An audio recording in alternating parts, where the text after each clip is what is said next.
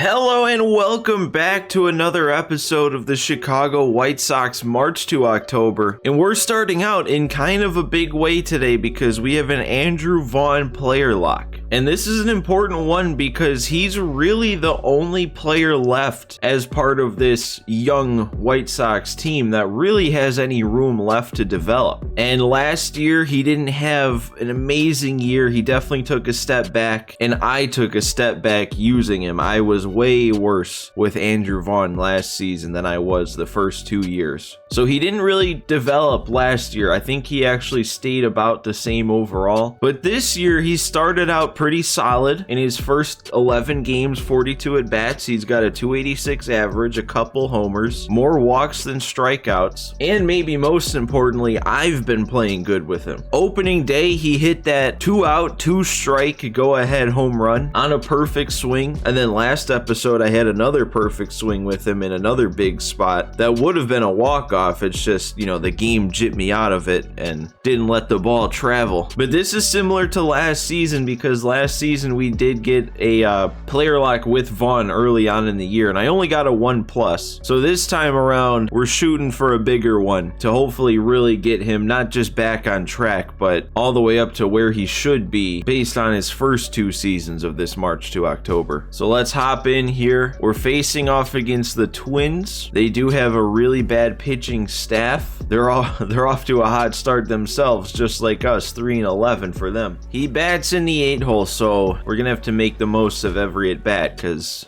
we might not get that many. All right, 3-2, working the count here. This is a good at bat regardless at this point, as long as we don't ground into a double play, I guess. All right, we'll take the walk. That works for me. Oh, Kiner Falefa, you dropped that in. I didn't know if Sheets was going home, but he is, and we score. Okay. Oh, no, that seriously didn't get through. Man, that could have been a triple play. I'm lucky. I hit that ball hard. I did not think he was going to snag it. I mean, actually, kind of look at this. This is a bit extreme here. Look at that. I mean, that frame right there should tell you all you need to know. But seriously, dude, he tags TA here. Easily could have gotten the out at second. And look where Vaughn is at this point. CPU, man, you gotta, I'm glad you didn't, but you gotta wake up. I didn't even notice, but we're up to a 6-0 lead now. And that one should get through. Okay. That's baseball, isn't it? The hard hit ball is the double play and the weak one's the one that gets through. All right, another at bat here, probably the last one of the game here in the 7th. And it's going to be another double play. Okay, that might ruin things because we had 2 good at bats, 2 positive results, but then the 2 negative results were both double plays. So in 4 plate appearances, we still made 4 outs. All right, let's see. Wow, German Marquez with the complete game shutout 1-hitter. And we do get the 1+. Okay, that is pretty much identical to what we did with Vaughn in his player lock last season. So, hey, usually I feel like a 1+ is still good enough for something. But obviously last year, having the 1+ didn't really do much for Vaughn. But maybe it did. Maybe it kept him from batting like 230 with 12 bombs. All right, what do we got here? Let's keep this winning streak going. We're 14-1, 15-1. Oh, now it's telling me to deal with trade management, which I kind of touched on back in the first episode, but I really don't know what is useful to do for this. I guess adding 1 more lefty, which we do already have here for team needs, is left-handed pitcher. But if we were just to bring up Luzardo, that would be enough for me. I don't know, just going through real quick, this is all I could come up with. 4 lefties, all similar-ish overalls. I don't know, it'd really also have to be like the exact perfect trade for me to actually do it. All right, now that that's all set, we're simming again and we're still winning.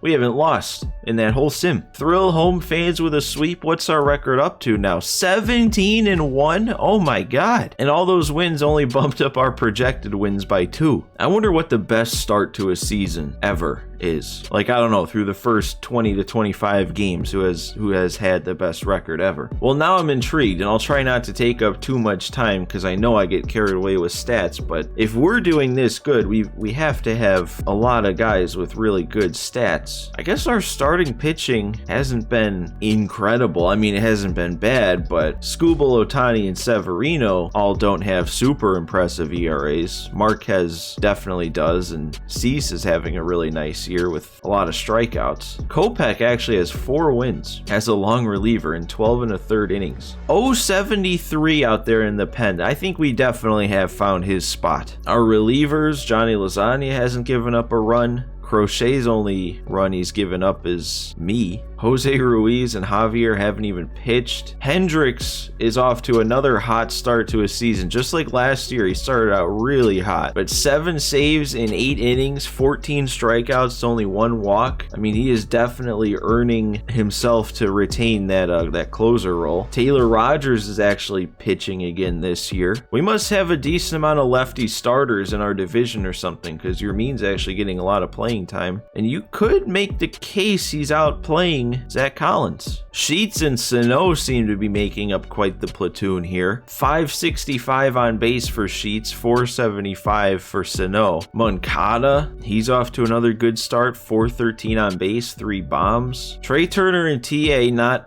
as impressive as some of these other guys actually, but Kiner Falefa as a backup, having another good start to the year for him. Vaughn, after that player lock, he's doing pretty good, average up over 300 on base way up there. Luis Robert off to a nice start, 5 bombs for him. Good batting average, a lot of strikeouts though. Oh yeah, and then Shohei. We forgot to look at his offensive numbers, but he's again probably the best offensive player. And let's keep it going. A 4-2 lead in the top of the 7th. We do got to get out of a bit of a jam, but if we do, should be smooth sailing to the end of this game.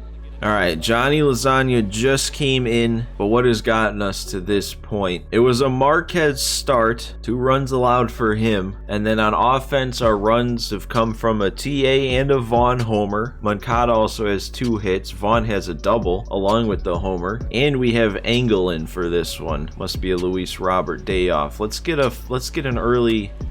Okay, that works. I was gonna say early grounder into a double play, but something like that keeps them where they're at, that works. Oh, and it's Leury. We can't let him do something against me. I forgot he signed with Cleveland. And he's just gonna hit a lazy fly out to center, so we're all good. Leury doesn't do anything against me, and we keep our lead where it's at. Collins, there we go, lefty hit for him. Oh. All right, well, I mean, I guess that's what I get for swinging 2-0 at a curve below the zone. I don't know. Yeah, it's not going to drop in. Oh, an angle. How much of that did he get? Oh, it's right at the wall. Man, that was a long inning, and I saw a lot of pitches for nothing really to happen. And there we go. We get him popping up. Easy first out of the 8th. There we go, a strikeout on that slurve. I feel like it's been a while. That slurve is always such a fun strikeout pitch, but people have really not been chasing. Oh, we're not gonna get a clean inning here with a single up the middle. Come on, let's not let this turn into anything. Let's just get a nice and easy 3rd out. There we go, weak grounder to Turner at 2nd, and we're out of it. Eloy, that might find a nice little spot to land with the shift. There we go. Oh no, Shohei. All I want to do every time... Oh, he didn't beat it out. I thought he did. All I want to do every time he steps up to the plate is hit perfect, no doubters. I feel like it's been so long.